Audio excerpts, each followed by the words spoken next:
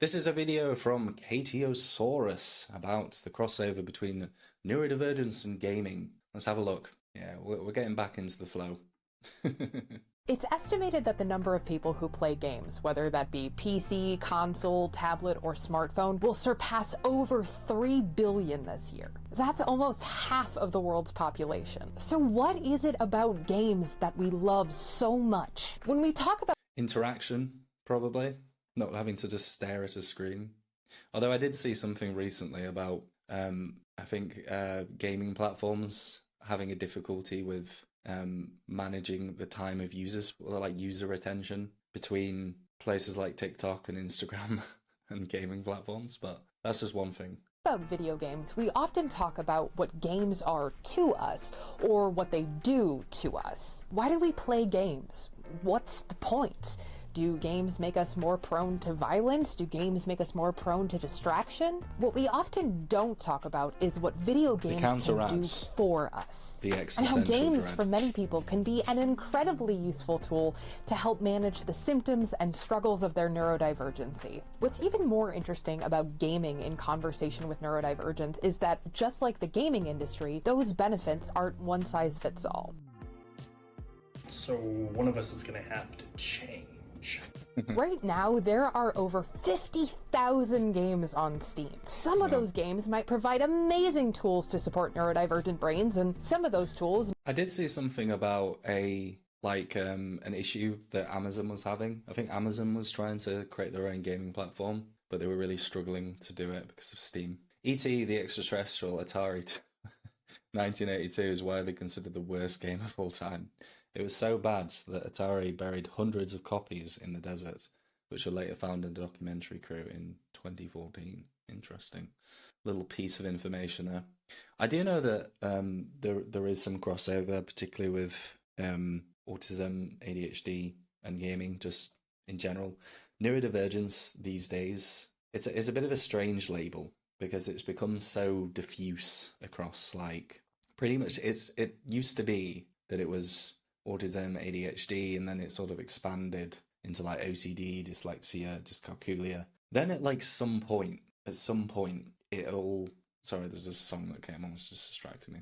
At some point, it all changed, you know, and I'm gonna turn this off. At some point, it all changed. And now it covers pretty much every single difference in the human brain, which doesn't sound like a bad thing. Like, it sounds very diverse and inclusive and pretty much what, like, all of these different sections of the internet are wanting to try and promote. The problem is when you have something that encompasses such a wide breadth of different diagnoses, how can you make any sort of, I don't know, although you could talk about inclusivity and diversity and listening to people and the whole thing about, you know, about experience and stuff like that. Beyond that, the whole message of neurodiversity in the first place has been lost, you know. I mean, it's crazy to think that you could have someone online who does have, like, dementia or Alzheimer's or, like, some type of brain injury who classifies themselves as being neurodivergent. Like, it's not a problem for me. I don't find it a problem. But it doesn't make much sense to me in my head. Like, what are we fighting and advocating for and educating about when the term that we use is just so diffuse now, you know?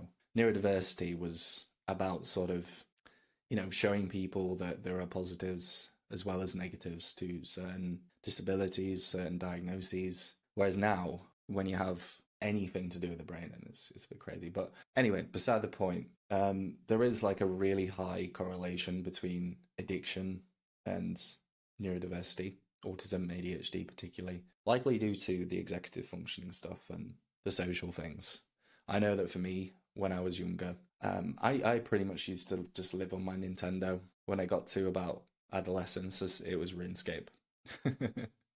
RuneScape, Toontown, Wizard 101. I think at one point it was Adventure Quest, because that was like one of the games that we could play at school, because it was like a flash game. Might not be right for some people, and that's okay. Like Eric. Eric is a tool. Eric is a tool that I'm going to use today to help keep your attention and illustrate my points. Isn't that right, Eric? Over and over and over. Yeah, divergence versus diversity. that's kind of lost the original intended meaning over time. Yeah, for sure, for sure. It's a bit of a difficult one because at the same time as like, you know, it being nice and wholesome and inclusive, it literally has just diluted like the entire meaning of the reason why it started, if that makes sense. You know, it's a far apart from the video and what it's about, but I think it's worth talking about as much as I can because that is actually one thing that if I am going to come back to creating stuff on the regular, I'm going to talk about a lot. You know, got this concept together called neuro neutrality. Be updated later. Thank you very much, Tanty Fox, for following. Thank you very much. But games, man, they suck us in. I intentionally try not to let myself have a game system, but a few summers ago I re-downloaded the original Zoo Tycoon. Oh, nice. Is that the one where you can like build your own places and stuff? Like roller coaster, yeah. Yeah. I've never been much of like a Sims kind of construction person. I've always been like right into my MMOs. I think it's because it provided like sort of a weird social feeling to it. You know, like you don't necessarily have to talk to people on RuneScape, but when you're sort of going about quests or when you sort of sat at a bank or, you know, fighting monsters, you do just see people around and it makes you feel like there is some sense of a social environment. Although when people would talk to you, you know, that's a whole different thing. I managed to talk to like a few people when I was RuneScaping, and I made some friends, but really bad at keeping friends. That's another little autism thing that seems to be quite consistent. Research shows us that when properly and appropriately used, games can provide incredible tool sets for the neurodivergent brain. When we talk about ways to support our neurodivergency, I really like to use the word tool because when you think about tools, tools are morally neutral, right? In the hands of a talented carpenter, a table saw can be a really useful and productive tool, but in the hands of someone less trained, it can be really dangerous. My arms are Where is this guy? Oh, I got it. And that's why I see. it's important to understand how to appropriately use the tools that we have and the games that we have in order to support our neurodivergence. The production quality on this is really high. Hi everybody, it's me, Katiosaurus, and welcome back finally to my channel. Today I am super excited because we are going to be talking about a topic that I'm excited because today we're going to be talking about gaming and neurodivergence. In particular, the benefits and strategies that neurodivergent people can gain from playing games. Also, just in case you haven't met him yet, this is Eric. Eric is the co-host of Infinite Quest Podcast, which is where we talk about ADHD, depression, relationships, and navigating life as neurodivergent adults. So if you're not listening yet, you should. Okay, get out of here. That's another thing that I struggle with when it comes to making content. Like, there's so many people online who are like neurodivergent creators. Like they'll be autistic ADHD. Like it doesn't sound like that would do very much. Like it's one different, it's an extra thing to talk about. But I don't know about you. I always feel really strange talking about things that I don't have personal experience with. And ADHD is one of those things that personally I don't experience myself. I do know people who are ADHD, and like my partner's ADHD as well. But yeah, that's one of the things. ADHD seems to be like the thing when it comes to creating content these days. It's actually another one of the reasons why I have a little bit of pessimism when it comes to the autistic community, because it's not really problem is, I mean, it's going far out of the topic of the video once again, but the autistic community, you know, when you have a community of adults, people who have a diagnosis which goes so far against what the requirements would be to be successful on a social media site, it becomes really difficult when like the neurodiversity label starts expanding, you know, because if you imagine before it might have been autism, ADHD, you know, from my experience, it seems to be that a lot of popular creators tend to be ADHD, so ADHD and autism, probably because of like the speaking, like the speed of speaking. I find that just plain old auties like myself just tend to be a little bit slower about things. I don't know about you, but it's kind of a problem because initially, like when the autistic community was this sort of isolated group of people all talking about their experiences trying to figure stuff out. It was actually a community back then, whereas now it feels more like it's just blended in to like the entirety of social media. You know, it doesn't necessarily feel as much more like a sort of cozy, comfortable community, and it feels more like everywhere else on social media.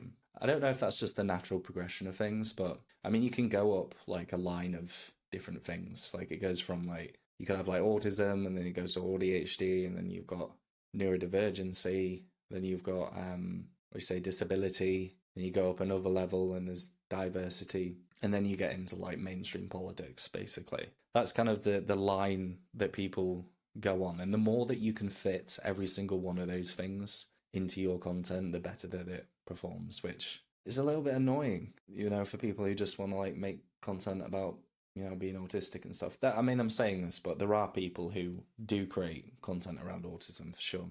Hello, Raylonda. Hey all, nice to be here, and also find my Twitch login. Thank you for taking the time to find it. We are currently watching a video about autism and gaming, neurodivergence and gaming, rather. Thank you for coming back to join my first live stream back after a very long break. I appreciate it. This is what I deal with 100% of the time. Neurodiversity is a concept that acknowledges the natural variations in our brains and says that those variations should be respected and celebrated.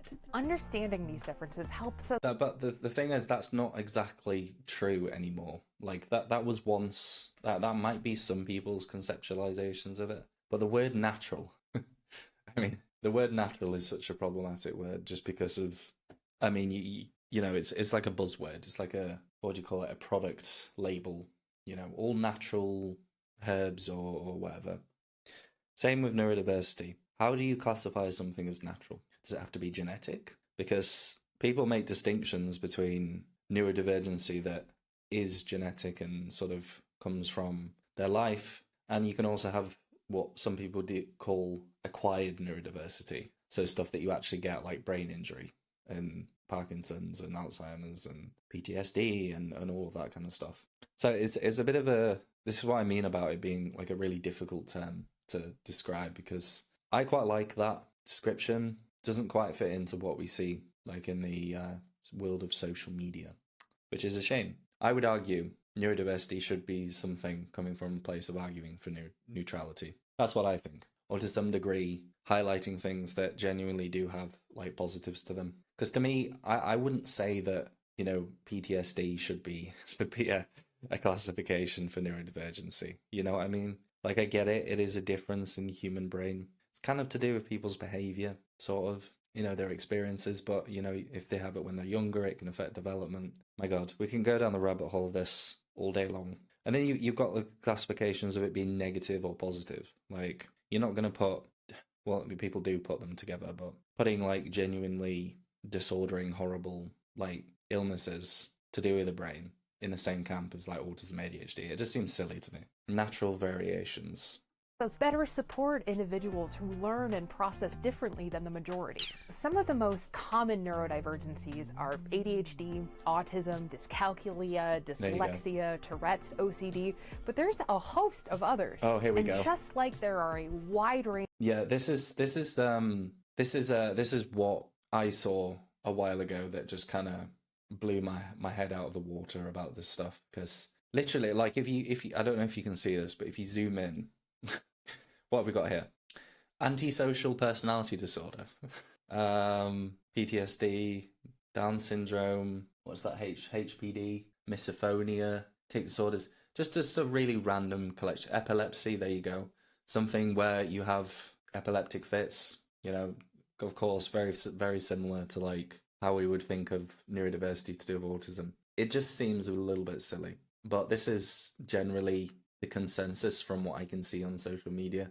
If you say anything against this, it's a problem. We've got another one there, narcissistic personality disorder. I mean, you can start splitting and dissecting these apart, but as soon as you start doing it online, you get called a bigot, basically. Like, narcissistic personality disorder. Really? I mean, personality disorders versus genuine whole-scale differences in someone's brain. I'm not too sure. range of gamers in the world, neurodivergency affects a wide portion of the population. In fact, some studies estimate that up to 1 in 7 people in the entire world are neurodivergent. That's a huge section of the population. While the focus of this video is on how gaming can support our neurodivergencies, it's important to remember that our deficits do not define us. Working to find ways to support our various neurodivergencies just means that we have more time to do the things that we want to do and embrace our creativity. I think that this is again like where the problem comes in. Like I've got no gripe towards Katiosaurus. Like I do actually want to take this video what it is and like properly listen to it. But I mean, when you're talking about managing neurodivergencies, you know, and you have all this sort of, I'm again not talking specifically about Kate, I'm just saying in general. The point of neurodiversity in the first place was to talk about the positives, about it being neutral, you know? That was kind of where it came from. And now it's literally just a label. That's all I can gather, is literally just a label, another label, social label, which kind of sucks because the whole idea of neurodiversity is that it was an actual movement, you know? I think it still is, as I've said, but it's obviously changed quite a lot. And if you get someone in from the outside and you actually talk to them about this and you explain it to them, it really just starts not to make a lot of sense to them. Because, you know, it's a good label for sure. Why do we have the label when, you know, we could just use another one and it just be exactly the same as it was before, which is, you know, disabled people. People have like a, you know, people would be labeled as having a mental condition or mental disability. I've been finding that specific autism blogs have been helpful as I don't relate to the ADHD experience personally. But I think you're right with most creators are ADHD, it seems. Yeah, that's. I think it must be something to do with the way that they're wired. They're so much better at just like delivering information really, really fast, and especially like on the more short form sort of platforms and stuff like that, for sure. Our passion and our excitement for the things that we like. I also think it's really important to talk about our new sponsor! Okay, we'll leave this in. Geek Therapeutics. That was really good.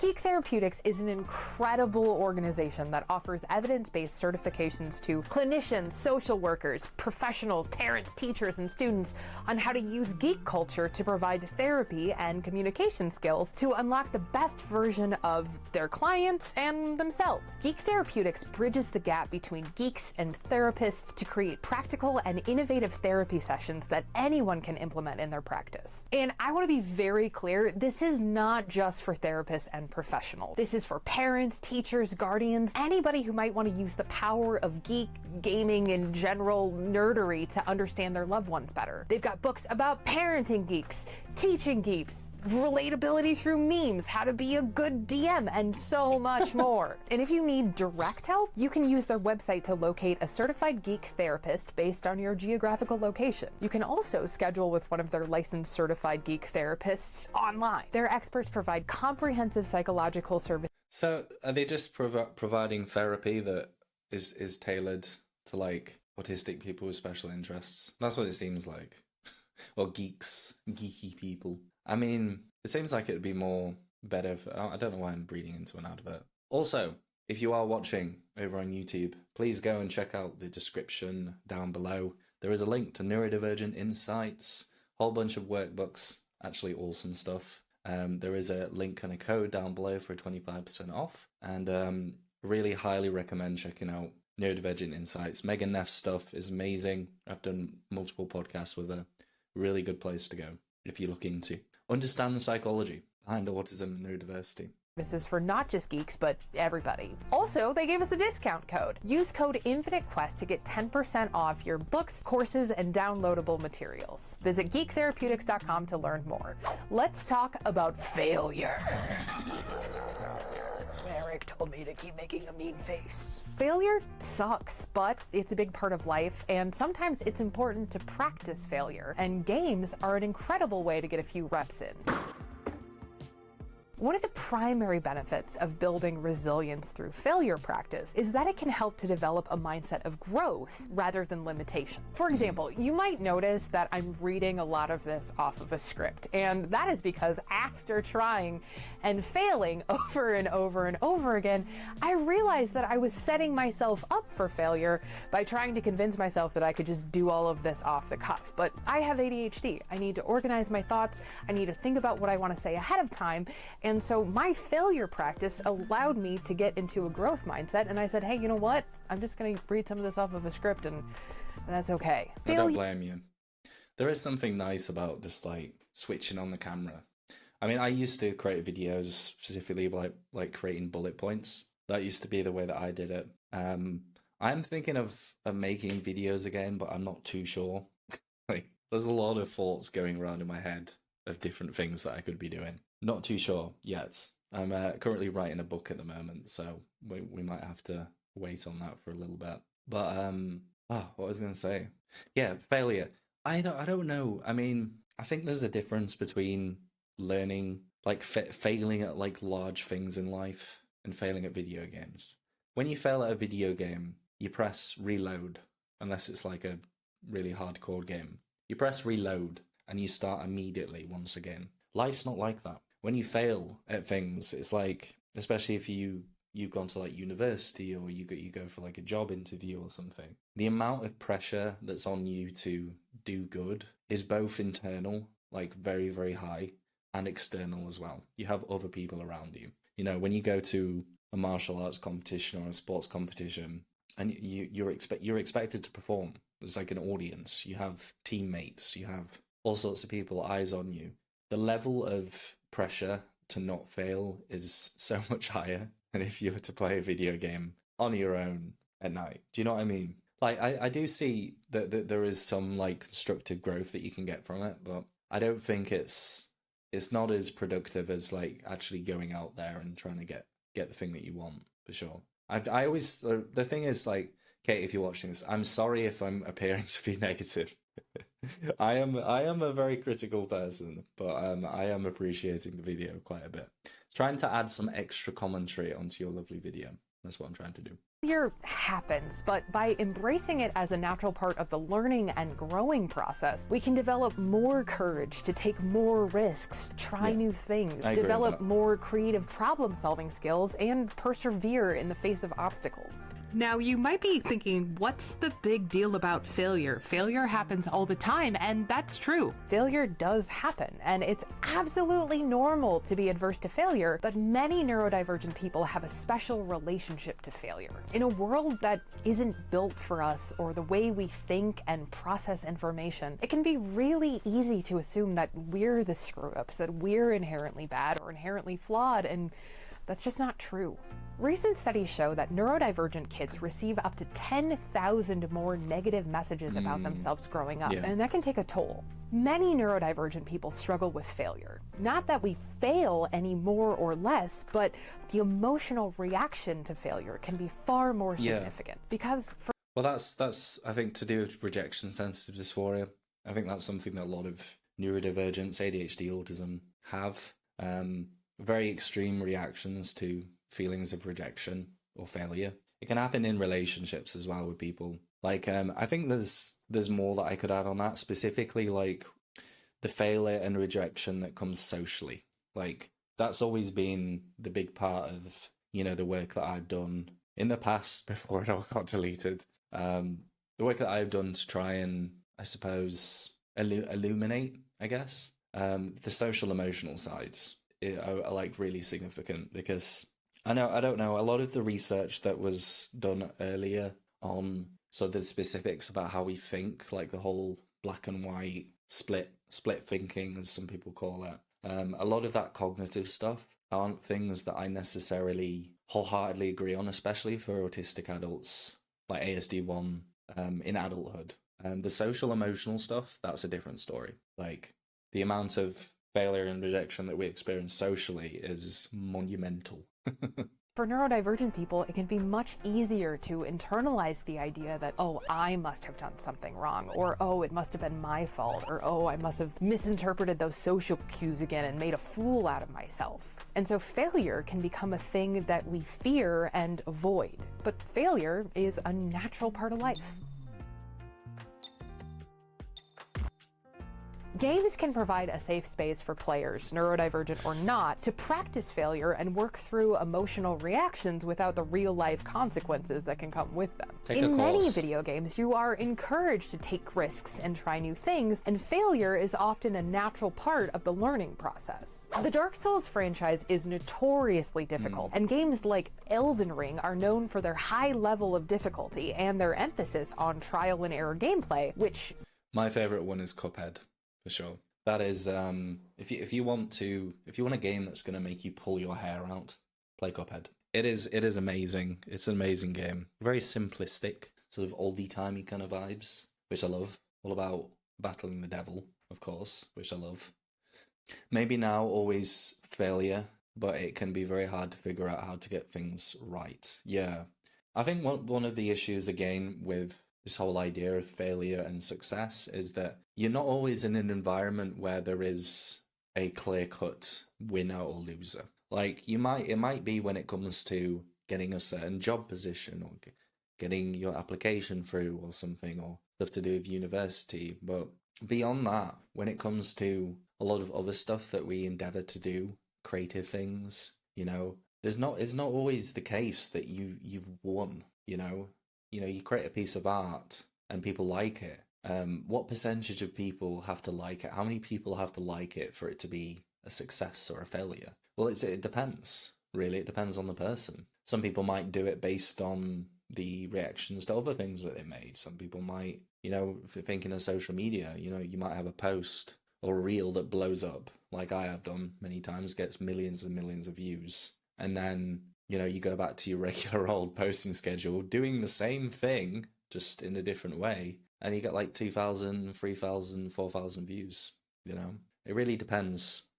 I think that's the difference nowadays. A lot of the stuff to do with that sort of more creative side that we all endeavor to try and do ourselves. I think it's difficult. It's difficult to know, like, am I doing good? Am I doing bad? Yeah, it depends what it means for each person, for sure. Can encourage you to practice failure and learn from your mistakes, which is exactly what the game wants you to do. One reason games can offer this safe space is because they're literally designed with failure in mind. In Elden Ring, you are often thrown into difficult combat situations where you have to learn to read enemy attack patterns, dodge attacks, and manage your limited resources effectively.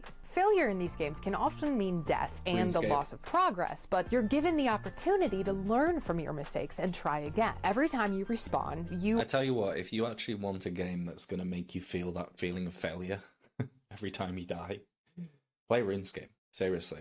Like, if you die in that game, you've got to rush back to your gravestone and you've got to pay money to get your things back. Like, there is an actual downside. And if you, like, go and fight a boss, like you're thinking of going and fighting Zul'Ra, big snake boss. If you fail, you've got to pay like 100,000 gold. And every kill that you get at Zul'Ra ranges between like 70 and 250,000 gold. So if you die multiple times over and over again, you lose gold. You go backwards. I think that's a key part of sort of building up resilience, because my God, does it take it out of you just to have all of your things stripped from your person, having to go back and get it and then re-equip it and then get your potions and your food out and all sorts. There is actually a big pressure not to fail in that game, which I think actually, might do something for making you a bit more resilient, for sure. Like, there's some really hard challenges on that game, and it's always the case that if you fail, it's going to be really annoying. Thank you so much, Isopod314, for following. Thank you.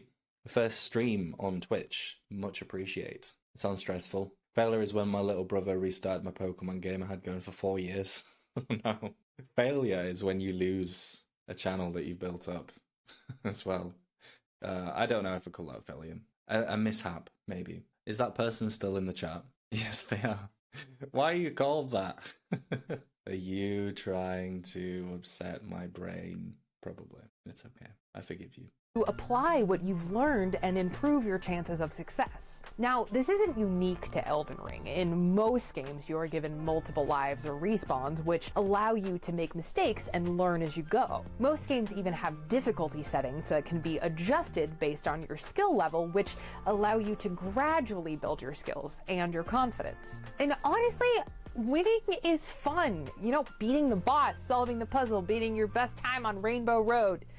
It's impossible. I don't believe it's possible to finish Rainbow Road. It is.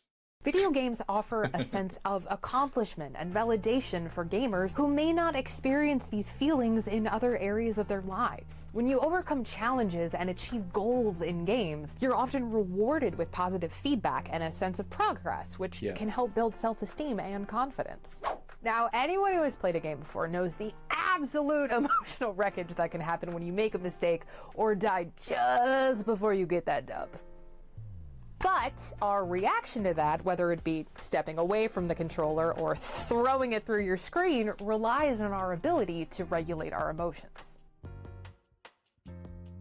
Emotional regulation is the ability to manage and control one's emotions in response to different situations. Games can have both positive and negative effects on your emotional regulation, depending on how you play and the content of the game. Video games can be an incredibly useful tool for teaching emotional regulation skills. Many games involve challenging situations that require you to stay calm and focused, which can help you learn how to manage your emotions under pressure. Additionally, games that involve cooperative play can help you learn how to communicate effectively, manage disappointment, and work together to achieve a common goal, which can be really useful for learning how to manage your emotions in social situations.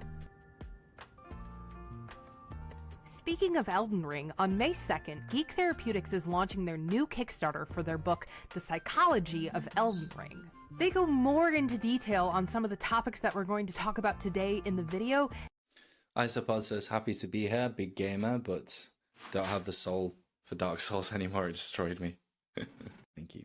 Just need to plug in my laptop.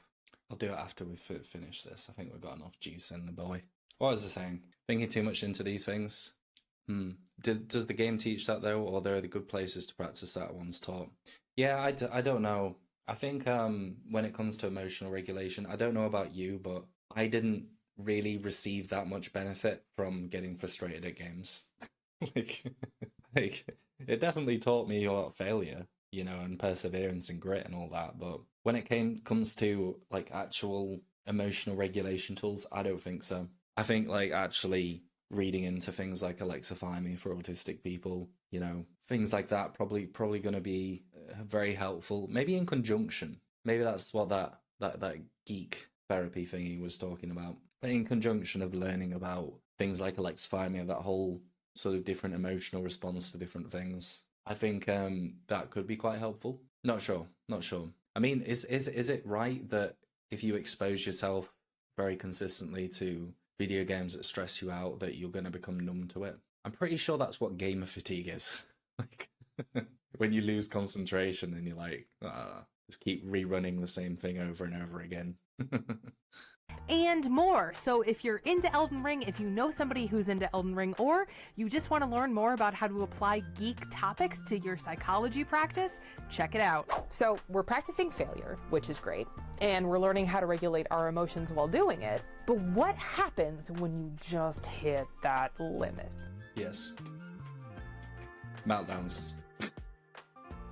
Just like real life, video games can be super frustrating, even too frustrating. And many neurodivergent people, especially people with ADHD, struggle with something called frustration tolerance, which is a person's ability to manage and cope with frustration. This includes the ability to keep your cool, persevere in the face of setbacks, and maintain motivation and effort despite obstacles in your way. Even if those obstacles are a boss fight or something in real life, you know, like you're running 5 minutes late to work and then you hit every single red light on the way there, and then the person in front of you is driving 35 miles per hour in a 55 mile per hour zone. And then a goddamn tornado comes out of nowhere! Games can be a great tool for building frustration tolerance, even when it's to learn when to set the controller down, take a deep breath, and go eat a snack. I can agree with that. there are some games that really do frustrate the living daylights out of me. Do we have any Cool Ranch Doritos? Let me check. Nope. And honestly, sometimes a game might be too difficult. Sometimes life can be overwhelming. We can't adjust the difficulty settings on life. But gaming gives us an opportunity to practice feeling frustrated and navigate through those emotions safely and in a controlled environment. Sure. Now, we've talked a lot about emotions and how they relate to gaming, but there are so many more things going on in the head of a neurodivergent person. Just like games can be a training tool for working with our emotions, games can also be a great way of supporting our executive functions. Right, yeah. This is quite an interesting thing, because a large part of like games that I play called the game that I play called RuneScape, or that I do play quite consistently, is actually like managing your stuff, managing lots of different little things in conjunction with the other. I don't know if that has had any kind of crossover into my real life, because I don't know about you. Executive function between like turning on my prayers in RuneScape and clicking at the right times, a little bit different to getting myself up out of bed, or turning on the washing machine, or like making food, collecting all the stuff together to plan things on like a full day. A little bit different. Again, it's just a scale, isn't it? Well, let's see what they have to say. Thank you very much to Bud82 for following on the first live stream on Kick. We're doing all right. We're doing all right.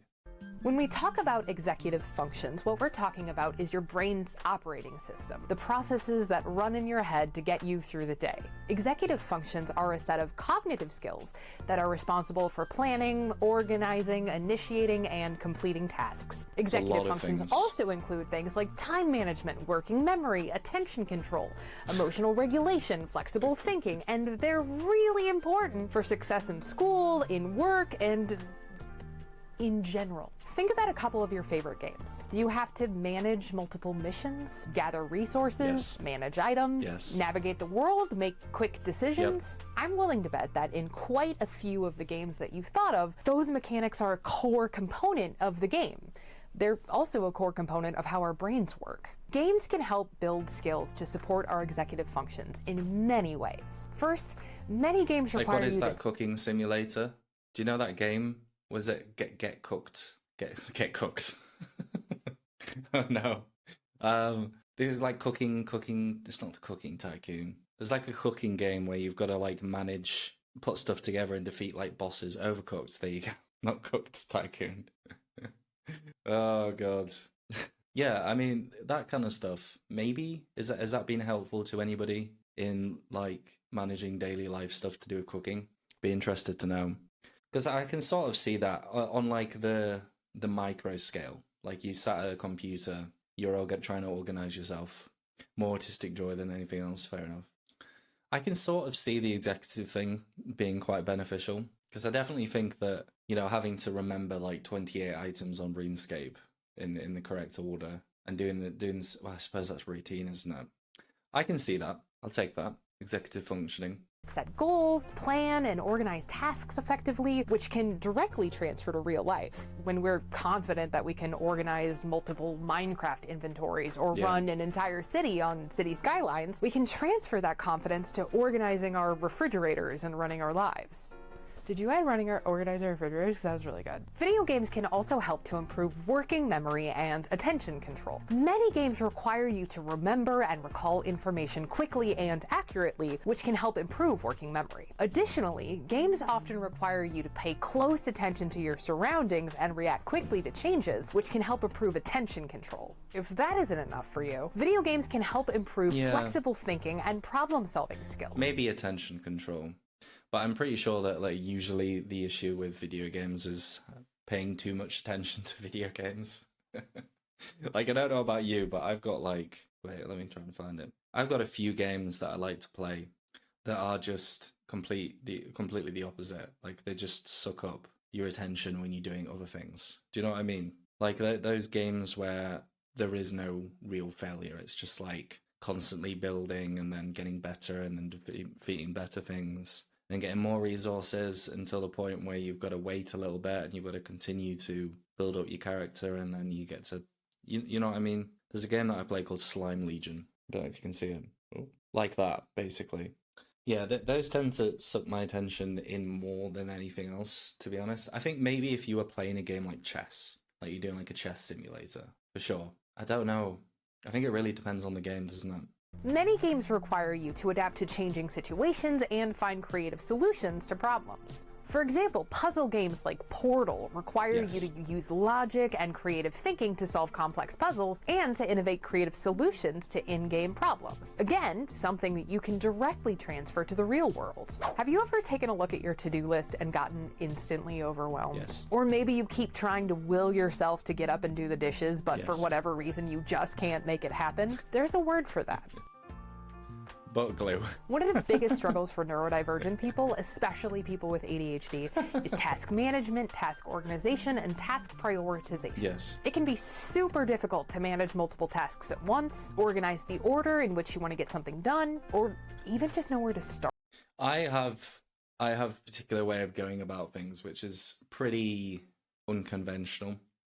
I like to bundle things in my days, so that I have as little as possible transition time between things. You know, like I want to have a day where I do one thing, a day when I do another thing, a day where I do that thing. I've been trying recently to try and split like my hobbies and stuff into different boxes as well. Like my partner had the really good idea of split, instead of trying to fit in like my hobbies and stuff, all of my hobbies into one night, that I sort of have different weeks where I focus on different things, which I thought was a really good idea. But generally, for me, the more different things that are on my to-do list, the more stressful it is for me. As soon as it goes past probably like a max of 3 different things to do, my brain just goes kaput. Like I just get stressed. I see more than 3 lines of text on my to-do list. I'm like, oh my God, so many things. Or like having one day where you do all of the little small short things that you need to get sorted. That kind of works sometimes. Games often require you to engage in task laptop. management and prioritization just to progress through the game. Many games offer quests and objectives that must be completed in a particular order to advance the storyline or unlock new areas.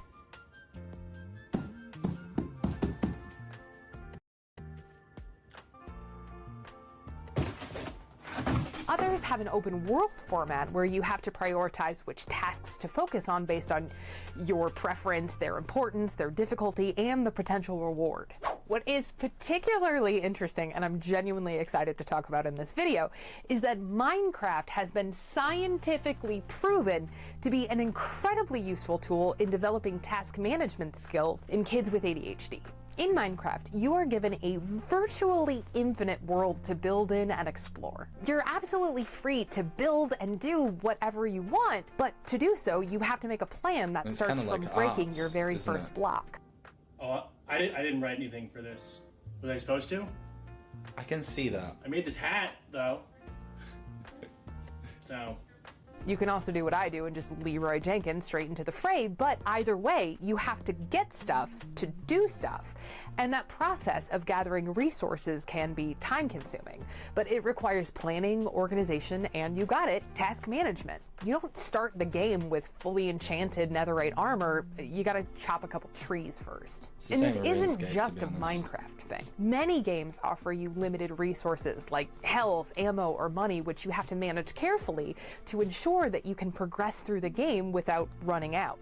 Even simple games like Mario Kart have an element of task management and prioritization. Right, so there's research that shows that this transfers to like real life as well. That's interesting. I'm sure that like a lot of these things do have a lot of crossovers. The only reason why I'm talking about or sort of criticizing it a little bit is just to add a little bit of a different perspective. But I can for sure see the benefit of like kids, you know, teenagers, young kids, sort of in development. I don't know how much of that crosses over when you're an adult, you know. At the point at which you have to start doing chores, the dishes, cleaning, managing bills, things of that nature. I think at that point it's a little bit different to like a video game, but you know what I mean? I mean, when it comes to like creative projects, I can for sure see that crossing over. I guess that doesn't transfer if you use cheat codes. Maybe not. Maybe not. He just an infinite money glitch. No, but I can see that for sure, especially when it comes to like projects, creating videos, pieces of art. I suppose that could definitely help a lot. Even to, like projects at work, if you've got a to-do list. The executive function, she's selling me on the executive function thing for sure. I can see that. To them. In Mario Kart, you have to balance speed and risk taking with strategic time management in order to win races.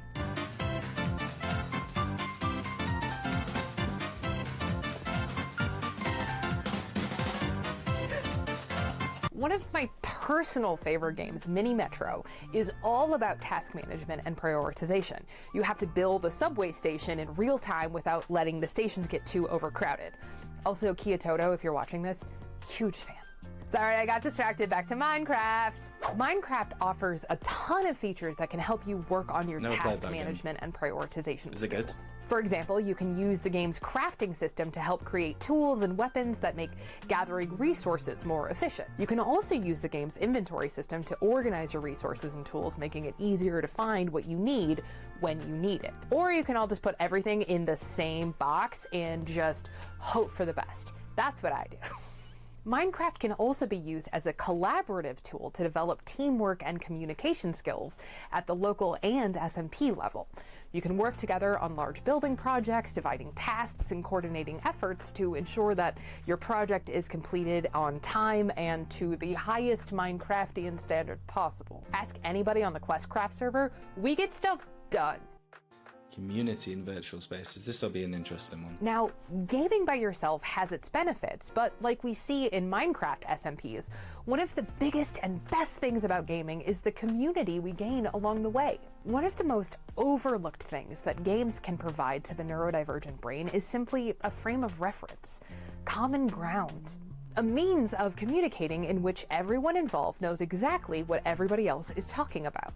Think about Minecraft. Yeah, redstone circuits work a certain way. For example, traditional redstone random value generators are made by using a dispenser which outputs randomly from its inventory slots to alternately fill and drain hoppers, which feed back into the dispenser with one stackable item and one unstackable item, such that a comparator taking an output from the hopper would randomly output a redstone signal strength of either 1 or 3, since its output is dependent on the percentage filled the hopper is rather than the number of items in it. That was first take. Thanks. Nice. That was me. I wrote that section. No. Now, if no you kidding. don't play Minecraft, you might have absolutely no idea what I just said. I play Minecraft and I don't either. But if you do play Minecraft and you do really enjoy doing redstone stuff, now you know that we speak the same language and we have common. I think that's. I mean, I can imagine that has a lot of transfer to mathematics and like systems and stuff like that. I imagine Minecraft is a really good game for developing that kind of stuff, for sure. But the social aspect of it is, I think, quite important, because that is one of the main things that I say to people when they're like, because I mean, loneliness, isolation is probably one of the biggest issues. I mean, for me, from what I've seen, other than like meltdowns and executive functioning, social issues seem to be at like the top of the pyramid when it comes to stuff. Loneliness. They've done loads of studies on loneliness and like the effects that it can have on people. And one of the main things that I encourage people to do when they ask me, what do? I don't have any friends. I struggle to communicate with people. Join a club of something that you actually enjoy. Best thing to do, because you don't actually need to talk about each other. You can say, hi, my name is this and this, and then you can just get into like talking about something or doing something whilst you're in the company of others. That is really, really useful, because it alleviates the pressure of having to communicate with people. If you go to like a bar meet, and you're just going to like some kind of social club where it's just, you have time to talk and, you just chat to each other and get to know each other. All of the pressure there is on speaking. If you go to a sports club, the pressure to do stuff is on actually doing the sport. The talking and the things like that, that's a secondary thing. There's less pressure to actually do it, and that makes it easier. Especially interest clubs and activities, autistic social havens, for sure. for sure. Common ground. That in itself can be a powerful tool for overcoming many of the social and emotional struggles that can come from being neurodivergent. MMORPGs, the metaverse, and even online community games like Second Life offer valuable opportunities for players to develop and improve their social skills through VR online chats. communities and multiplayer modes. By playing games online and with others, you can engage in a variety of social interactions that can help to build social skills and develop new relationships. Even more than that, many multiplayer games require you to work together to achieve a common goal, which can help develop skills like cooperation and problem solving and even project management. Do you remember during the lockdown phase of the pandemic when games like Among Us and Fall Guys became really popular? All of those games are built on the same idea: social interaction with a shared experience as the common goal. Even casual play games like Jackbox are an incredible way to stay in touch with friends and family over long distances while still doing something at the same time. As much as some incorrect people would like to dismiss online relationships as somehow less than IRL relationships, studies show over and over again that these connections that we make online are real, serious, authentic friendships. Take a few minutes to scroll through YouTube and watch the hundreds of gaming friends meeting in real life for the first time videos. These friendships are real and authentic, and it's really beautiful. Some people play together for years, even decades, and form lasting friendships and even lasting families. Also, this aspect of gaming as communal is literally historical. Listen, it would not be one of my videos if I didn't find a way to shoehorn some type of history into it. People have been gathering to play games since prehistoric times.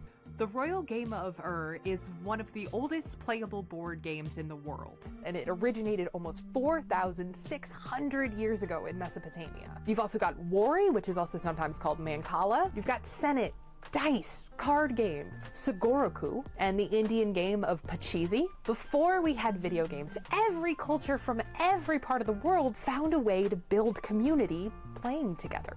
And that aspect of community was literally built into how we play games, still even today. Well, games are really important, actually, because, I mean, if you think about the whole idea of, like, World Cups and stuff in football, or, like, any type of competitive thing, it's always, to some degree, you know, it's an outlet for our competitive nature as humans, because we do like, well, I mean, some of us do like a little bit of confrontation now and again, a little bit of excitement in our day, I guess. And games are actually a really good way of having an outlet for that, because it provides an environment where it's not that serious. It's not as serious, you know, which I think is a really good thing. You know, you go into like a Call of Duty lobby, probably a better idea to settle disputes over Call of Duty rather than actual in-person conflict. Can you imagine if that's the way that human beings did it? Like, instead of actually having like wars and conflicts with each other, that they just booted up like a universal sort of gaming platform, just did it over virtually. That would be so much nicer. Yeah. You could have like different countries and like the resources change based on the performance in the games and stuff like that. That's going a little bit too far. I don't think that would happen. It might have to at some point though. That's really what do you think of my proposal to the world? I would probably prefer that than actual conflict with people. The first really popular video games like Pong and Computer Space weren't played at home. They were arcade games. Arcade games were and are a popular way for people to socialize and compete with each other, and the physical presence of a giant cabinet made it easy for people to gather around it. The arcade cabinet replaced the gaming table.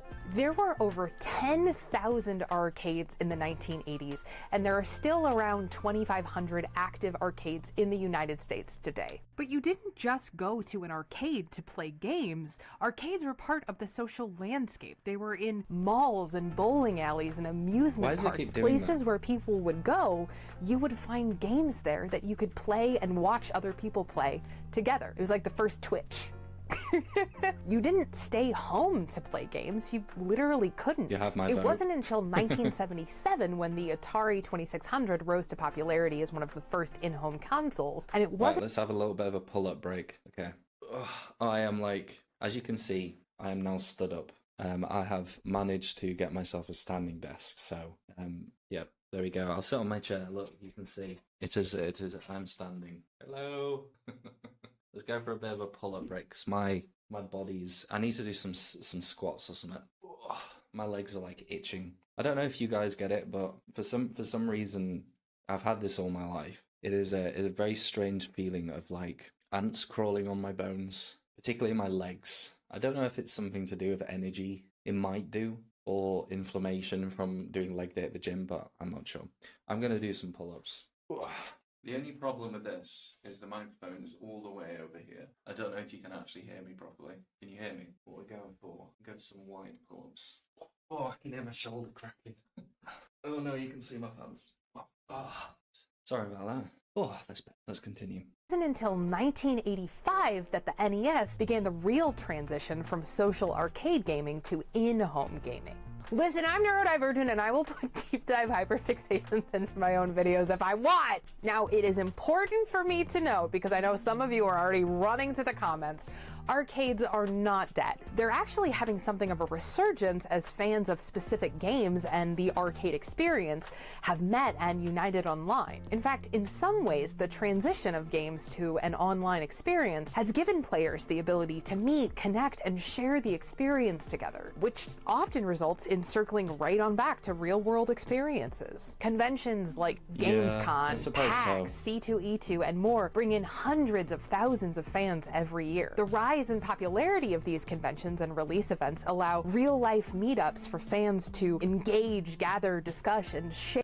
Have you guys ever gone to one of these meetups before? I've been to like a couple of cosplay events because I quite like the anime stuff, but I've never really like conversated with many people. There's sort of a whole thing with those events. I don't know if you've read up on them that much, but there's a lot of people who go to them to try and socialize, and stuff tends to go quite wrong a lot of the time, at least from what I've read. Share their passion for their favorite games, which has led to a massive growth in fan spaces the world over. Communities also beget communities. Many games have their own smaller communities like cosplayers or fan artists who step in to champion their favorite games, and players have even become prominent figures in the community themselves. There are so many more things that I want to talk. Yeah, that is one thing. I would consider it, but I don't know if it'd be too much. Went to a gaming convention, get completely engrossed in retro gaming. You talk to anyone. Love it. Yeah, I mean, that one of the downsides to that is that you are meeting in a convention hall of like lots of different people. That's a problem. Noise, people bumping into you, all sorts. I don't know if that would be the best place to go if you were like trying to find some friends, but I suppose if you met some friends like online playing a game and then you guys got together and said, oh, let's go to this thing that we both really like, I feel like that could be a thing for sure. Talk about when it comes to neurodivergency in gaming, but I promised Eric that he wouldn't have to edit anything longer than a 20-minute video today. So to wrap up, when used appropriately and intentionally, games can be an incredible tool for developing skills and working to support neurodivergent brains. They can help us with regulation, social and emotional learning, time management, practicing failure, and to develop real and meaningful relationships in virtual and real-world spaces. So now I want to know, what games are great for your neurodivergent brain? What skills and talents have you developed as a gamer? Let me know in the comments below. Also, just really I really like at the moment a game called Wizard 101.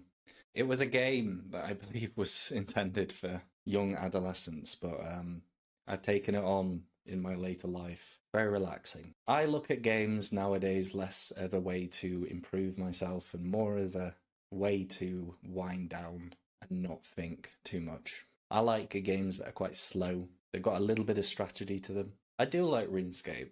To be honest, RuneScape has always been like a big thing for me, but I don't know, I just get too sucked into it. Like there's so many things to do on that and like different ways of going about it, and you kind of get sucked into like an efficiency loop with those kind of games because it's an MMO. So if you do actually make friends on it and you've got to do real life things, you're going to feel bad that you can't progress at the same rate as other people. That's the only problem. So the crabs in a bucket mentality.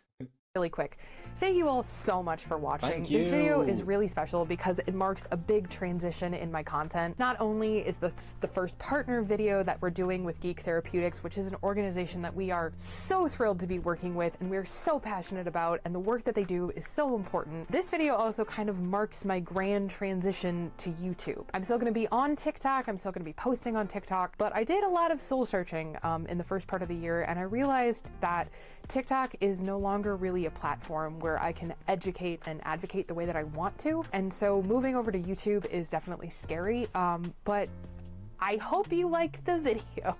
Speaking of that, don't forget to smite the subscribe button, and if you want to hit the bell and do the like thing, you can also do that. If you liked this video and you are interested in this topic and you want to learn more, I have compiled an extensive bibliography of the real studies and the real research that went into putting this video together, and so I have linked that in the description below if you want to check it out. Speaking of links down below, Eric and I will be running games that you can play with us this summer at both Convergence at Evermore Park and then also D3 at Sea. I'm going to be running 3 indie games across 3 nights, and we're going to do a lot of collaborative world building and storytelling, and I'm really excited. So if you want to come play games with us, you should. We'll also be doing guest appearances this year at Gen Con, PAX East, and a few more. So don't forget to follow us on our other socials as well. And all of that information is in the description below, or you can visit katiosaurus.com for more information about tickets and how to join us playing cool games on cool boats. Again, a huge thanks to our new sponsor, Geek Therapeutics, and don't forget to check out their Kickstarter for the psychology of Elden Ring. They're going to be breaking down more of the ideas that we talked about in the video. We'll post links to all of that stuff in the description below,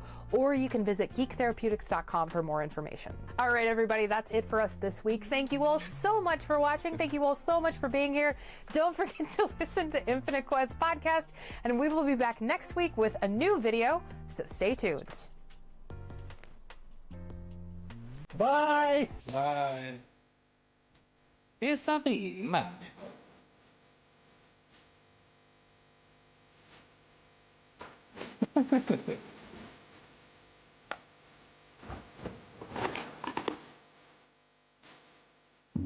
You've got to admire the creativity, the dedication for the video. You get it? Oh, here we go. 5 tips for great sex with your neurodivergent partner. Hi, everybody, it's me. Katiosaurus. Interesting. Gotta give her a like. That'll be a thing for another day, I think.